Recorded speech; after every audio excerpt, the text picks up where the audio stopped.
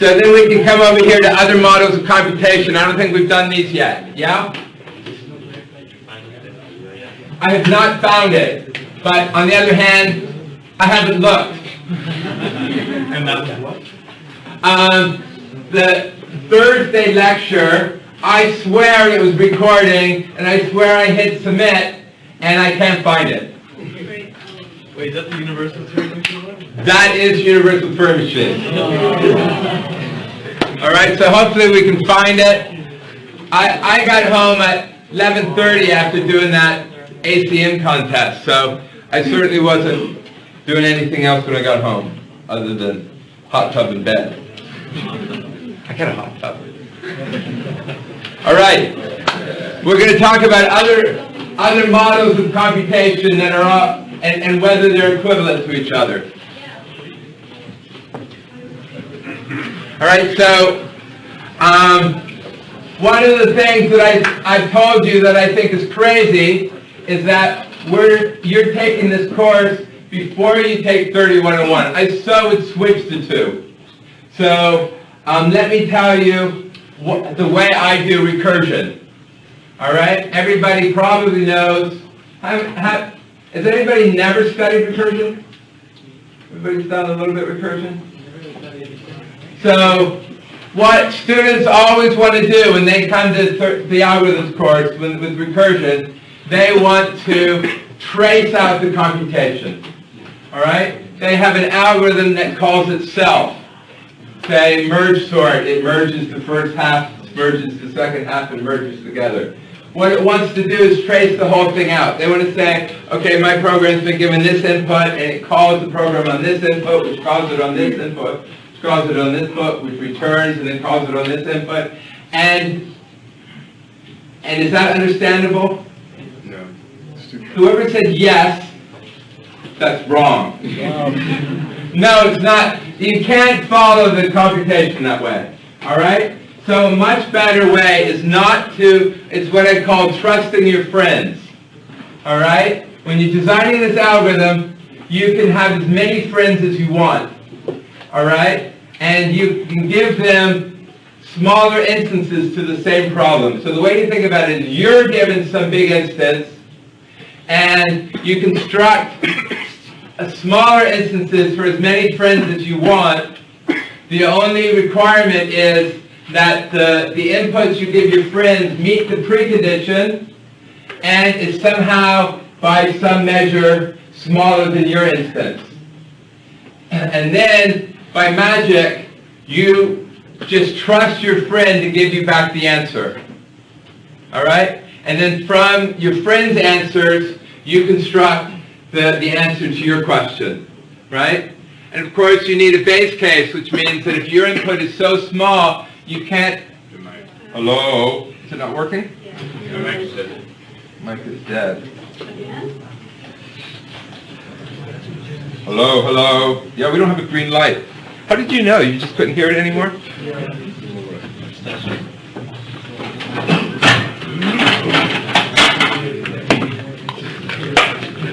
Two more batteries in the box. What kind of batteries do you need, Professor?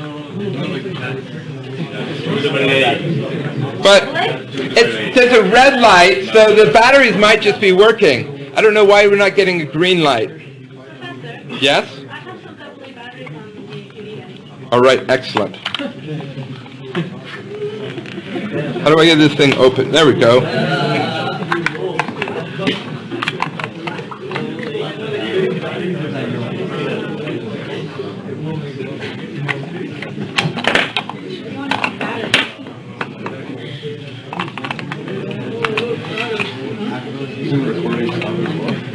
Yeah, I don't know. It will. Oh, it's green now. That did the trick. Welcome back, world. And let's check to make sure our recording is still going. Hello, we seem to be recording. All right, world, we're back together. Thank you for noticing that, everybody. All right, we were just talking about recursion. All right, I have a big input. I give smaller inputs that meet the precondition to my friends.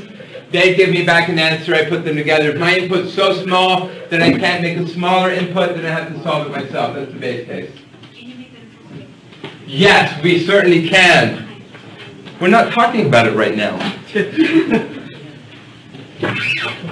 All right, so before Turing came up with the Turing machine, other people had come up with the idea of primitive recursion, yet they weren't really convinced that it could compute everything. They were a little nervous about it. And it turned out that they were right. It doesn't, in fact, compute everything that Turing machines compute. And I'll say something about that, but their model of recursion was extremely limited. So if you've already defined a function g and h to be primitive recursion, then you can define a new one, and the new one takes on variables x and y, and the smaller instance can only change in a very specific way. You only can subtract 1 from the y. You can't divide by 2, you can't do any weird things. All these are just integers and you can subtract them 1. And then you recursively get the answer to that from your friend. And then when you have your friend's answer, you use this function h to compute what your answer will be. And then, of course, if y is small enough, then there's a base case. So this is very restrictive, and it turns out, well, you could also have x be x1, x2, x3, and you need some initial functions. You can have the zero function, the successor function, and this function has n inputs, and it selects out the ith one. So from these, it turns out for every Turing machine that runs in a bounded amount of time, say 2 to the 2 to the 2 to the n time, there's a primitive recursive program that can simulate it. But because Turing machines might run forever and primitive recursive programs always halt, there are some extremely slow-running programs that Turing machines can run and primitive recursive programs cannot run. But if you want to learn more about this, then come to 4111, because that's what the course is about. Oops. So here's another model of computation, which has some fixed number of registers. And what these registers do is they each stores an integer. In this case, it's storing 5 boxes. This one's storing 2 boxes. And the only you have some code, and the only operations you're allowed is you're allowed to zero one of the registers, you're allowed to add 1 box to a register, and you're allowed to test the 2 registers of the same size, and if so, have a go to a different line of code. You're not even allowed to subtract off boxes. But surprisingly enough, this model of computation is as powerful as Turing machines. Then you have and or not gates. People know about them. Each one might have 2 wires. The wires have true or false, and it computes something. And we know that and or not gates can compute lots of cool things because there's a picture of one computing cool things. Any function on n bits can be computed with a Turing machine of size 2 to the n. So you can, if you're not a Turing machine, a circuit of size 2 to the n, gates. And if a Turing machine can compute it in times t of n, then there's a circuit that can compute it of size the square of that time. So anything a Turing machine can do for fixed size input, a circuit can do. So this is it looks like it's the same picture, but now the x's and y's are real numbers, and we're adding these real numbers and we're multiplying them and so forth. I have a question about and or not circuits. Yeah. So when you said the big O and big thing, the square and all that, Yes. whatnot, are you saying that anything a Turing No, there's a square here, slower. Oh, Probably they'll be in the same, and when you do a reduction, you're going to lose probably in either direction.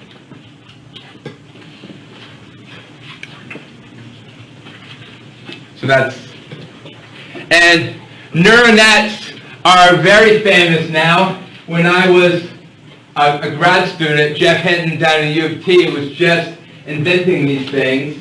They're all little threshold gates. This guy here has it's stimulating neurons. So each one is a threshold. You have the X's are binary, yes, no, like a and or not case, and the W's are weights on the edges. And then you calculate the sum of the weights coming in. So it's for every X that's firing that's having a 1, you sum up their weights. And if that's above the threshold, then the Y will fire. Just sort of like a neural net. And then a neural net can learn by adjusting the weights. So just about the time I was a grad student, people thought that AI was going to do great things. And it did some good things, but it wasn't as great as people were hoping. And now they're doing much since the beginning of this decade, the last 7 years or so, they've been doing a lot fancier things.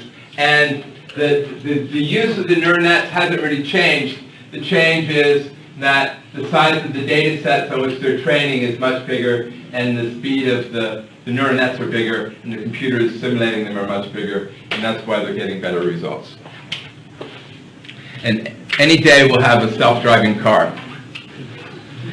All right, so another model of computation is having non-determinism. So the deterministic Turing machine or Java program means that given its configuration, given the state it's in, it's well defined what it's going to do next. It's not going to just flip coins. And the non-deterministic one is going to have some choices of which way to go. So if you look at one of those textbooks, there'll be a whole chapter on non-deterministic Turing machines. And when we get to finite state automata, we will talk about non-deterministic finite automata, but we're not going to spend too much time on non-deterministic Turing machines because they're not. All right, so here we say, given the deterministic one, given the state you're in and given the character you're looking at, there's a fixed. Is that the next state? That's the next state and the next character. There's a fixed things that you're going to be doing. Well, in a non-deterministic one, this is kind of a funny notation. There's a set of things that you might be doing, right? That there's a whole set of states that you might go to or characters that you might write. It's not determined what you're going to do. We still move to the right. In this case you do, but you wouldn't have to. We could go to the left. Yeah, you could go to the left. All right?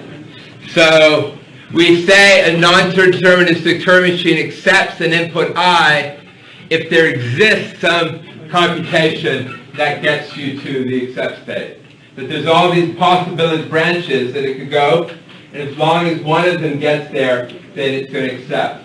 The way I think about it is that you have this fairy godmother who is telling you which direction to go. Yep. So a non-deterministic machine could do a bubble sort, for example. It could do a what? A bubble sort. Bubble sort is you got your list of values, you randomize them, and if it's the good one, you output. Yeah. So that's kind of actually exactly what's going on. Is there's some solution out there that might take you exponential time to find it, but if you're just randomly doing orders. But the fairy godmother can come down and give you the solution, and then all you have to do is check that it's right. So that's what a non-deterministic Turing machine does, and all the problems are yes/no problems, And this is a picture of my father and me. He's a big guy in non-deterministic stuff. And Steve Cook, I've written a couple of papers with him. He's down at U of T, and he's a guy too. So this is just saying what I've said already. If I is a yes instance, then then the fairy godmother can tell you which way to go so that you can check that it's a yes instance. And this information she gives you, we call a witness. And once you have the instance and the witness, the solution, then you can check quickly that it is in fact is a valid solution. So I'm not expecting you to get all these details. I'm just giving you a flavor of things that we could be talking about. Yeah?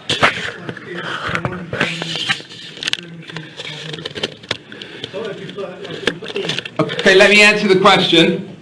So he asked whether non-deterministic Turing machines, how they compare with probabilistic ones. In both of them, there are many paths to follow.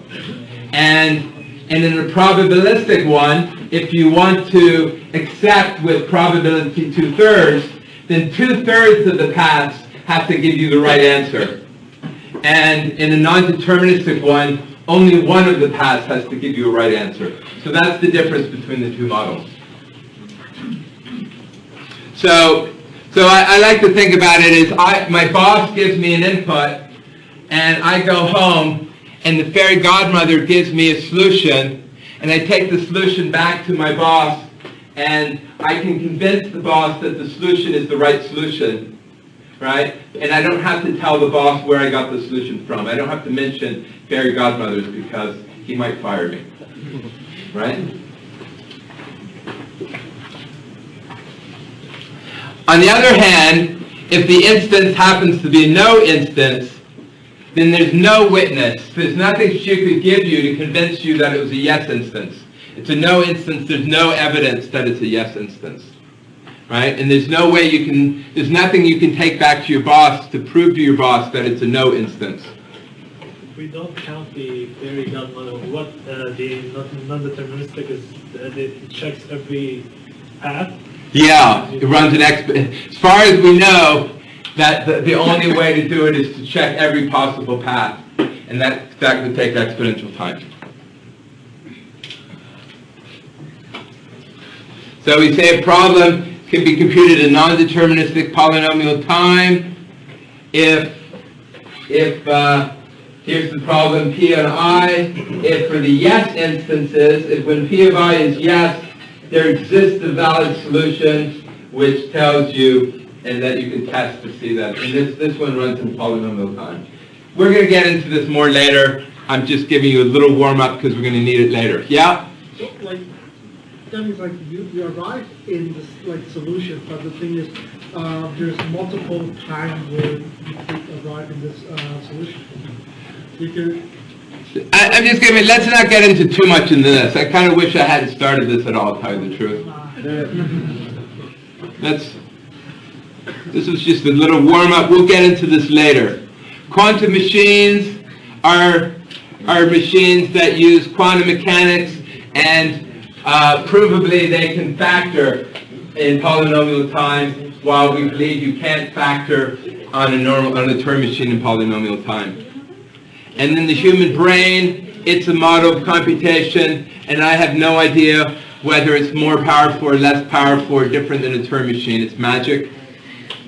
I assume it's just one big Turing machine, but that's a religious question, right? Do we not get this model closer to the neural nets? Yeah. Or maybe we have a soul. I don't know. I don't know. And, all right. Yeah, do we want to be doing all of this? Maybe. We're going to be coming into this later, so we might as well.